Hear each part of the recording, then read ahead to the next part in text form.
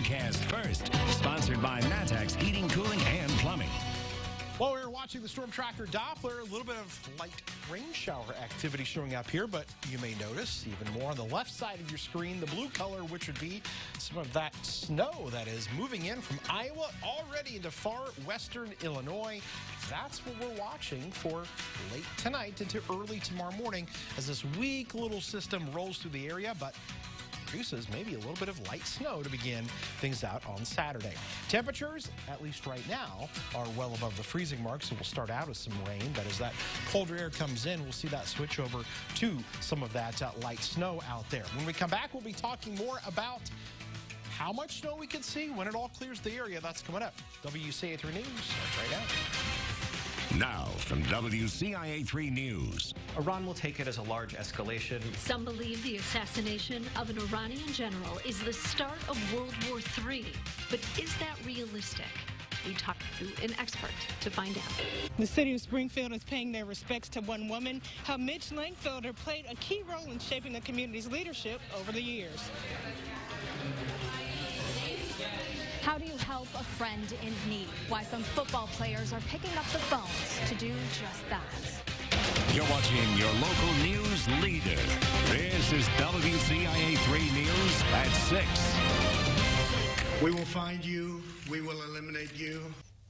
Iran's major general is dead after President Trump ordered an airstrike to assassinate him in Baghdad, Iraq. Now, the supreme leader of Iran has vowed a harsh revenge for his killing. Good evening, I'm Paul Cicchini. And I'm Jennifer Roscoe. Qasem Soleimani was considered by many the second most powerful Iranian official. Today, we talk with experts in central Illinois about what this means for us here and for the future. WCIA 3's Courtney Bunting is with us now. So, Courtney, start with why did the president do this? Well, Jennifer, he says it was to stop a war, but some feel the long-term consequences it could have were not worth it, while others I talked to say it needed to happen a long time ago. This is the highest level attack the United States has done directly on Iran, perhaps ever. There's no question the killing of Iran's General Qasem Soleimani will go down in history. If Americans anywhere are threatened, we have all of those targets already fully identified, and I am ready and prepared to take whatever action is necessary. I asked U of I International Relations professor Nicholas Grossman what this means for the future. He knows the impact could be serious, but he says many are overreacting by saying this could mean World War III. Iran will take it as a large escalation, but they don't want a full war with the United States, and the United States doesn't really want a full war with Iran either. However, he says it's possible they could retaliate by disrupting the world's oil supply. A lot of the world's oil flows through the Strait of Hormuz, which is at the bottom of the Gulf. And if Iran were to fire some missiles at it, then no oil tankers would be willing to take the risk to sail through, and that could cause oil prices to spike around the world. It would make gasoline very expensive. U.S. Representative Rodney Davis believes Trump's decision is what had to happen in response to Iran helping with an attack on a U.S. embassy. We've watched administration after administration, both Republicans and Democrats, appease countries like Iran, and they continue to kill our soldiers. U.S. Senator Tammy Duckworth says this should never have been done without congressional approval. She says, quote, there is no question that Iranian Major General Soleimani posed a threat to the free world, but there is also no question that the president, any president, does not have the constitutional authority to draw the United States into a war without prior congressional approval. I talked with Paul Lewis today. The Central Illinois native was held captive in Iran for 444 days back in the late 1970s and early 1980s. He believes killing Soleimani should have been done years ago. He says, quote, we've treated this like shoplifting, and terrorists are something that have to be exterminated. And he also said, I don't think we should take any joy in this. I'm not glad. It's just an action that needed to take place. Jennifer. Interesting perspective. Thank you so much. A Minnesota man was charged today for taking weapons to a restricted state police area in Posodum yesterday. Jeffrey Hurd is facing unlawful use of weapons charges and 2 drug charges. Hurd's lawyers filed a motion to have him see a psychiatrist, saying he is not fit to stand trial. Police say Hurd was found with 3 handguns, a rifle, and more than 2,000 rounds of ammunition. The state's attorney says he had a concealed carry license, but from another state. But under Illinois law, unless there is reciprocity between the 2 states, the concealed carry license from another state is not valid in Illinois. And in this situation, there is not reciprocity between the 2 states. The state's attorney filed a firearm restraining order in response to his mental issues. If granted, Hurd would have to turn in all of his guns. Bond was set at $100,000. A woman accused of murdering her boyfriend in Christian County was back in court today. Police say Michaela Herbstreet stabbed 40-year-old Jason Bright on New Year's Eve in Taylorville. She's charged with murder. Today, her bond was set at $1 million. Here's a follow-up now to a 10-year-old who was shot in Champaign last month. A company in Urbana was taking the money customers would have gotten for their scrap metal and giving it to his family. Dakari Roberts was shot while in his bedroom. He was discharged from the hospital in time for Christmas. His mom posted this picture to Facebook, thanking Max Twin City Recycling for those donations. She says he'll be headed back to school next week. We have an update on a teenager in Coles County who was hit by a car. Her family says she will temporarily be moved to a hospital in St. Louis. A car hit 15-year-old Riley McCleary last month. Her dog pulled her into traffic.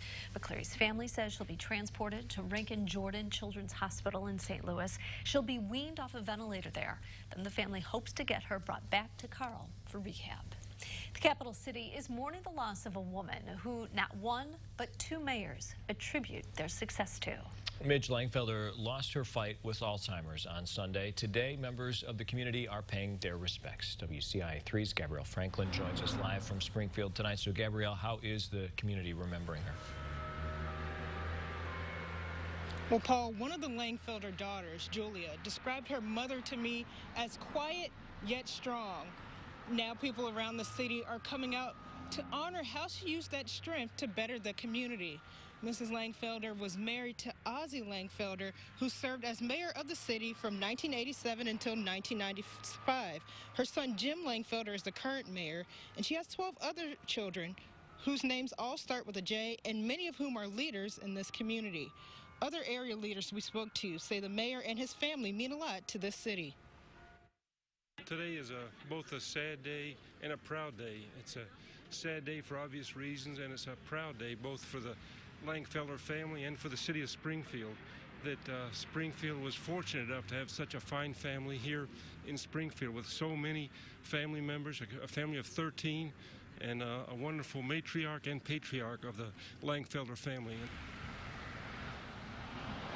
Now, Mayor Langfelder says his mom was truly the backbone of his family.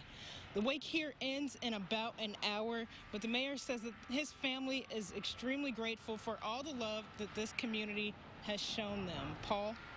All right, Gabrielle, thanks for that update. Now, funeral services will be tomorrow morning at 10 at Blessed Sacrament Church. She's just over a year into her first term as Champaign County Treasurer, but today Laurel Pressing said she's resigning. She'll officially step down on January 31st after a challenging year in office. Tax money to schools has been delayed, and an accounting firm had to be hired to help with the backlog. WCIA 3's Andy Olson is live in our newsroom. So, Andy, why did she say she is leaving office? Jennifer, she says that over her career, politics have changed and that she just needs a break. Before becoming county treasurer, she was the mayor of Urbana and a state representative. She was elected to a 4-year term, but Pressing says she knew she might only spend 1 year in office when elected. She only ran in 2018 to see a Democratic candidate on the ballot. Said she thought that they would have a good year that year. Champaign County Board now has 60 days to find a new treasurer. The board chair told me her resignation caught the group by surprise. He says the search will have to be a quick one. 60 days is not enough time to really, probe for a national search or a regional search. So we would hope that people in the community would pass the word and spread the word out for any accountants or anybody that has treasurer experience within the county to apply. Now, the Democrats did end up having a successful 2018 election in Champaign County. They won each of the county clerk, auditor, executive, and sheriff positions. The board will make her resignation official at their next meeting on January 14th. The 60-day search begins February 1st when Pressing steps down.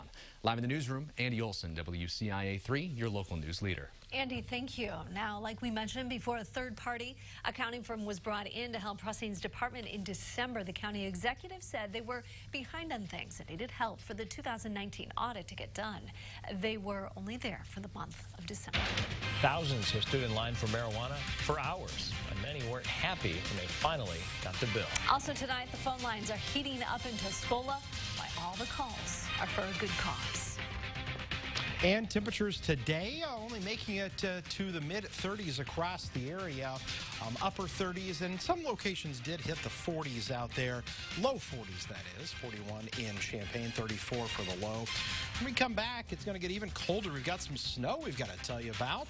We'll show you when to expect that and how much coming up.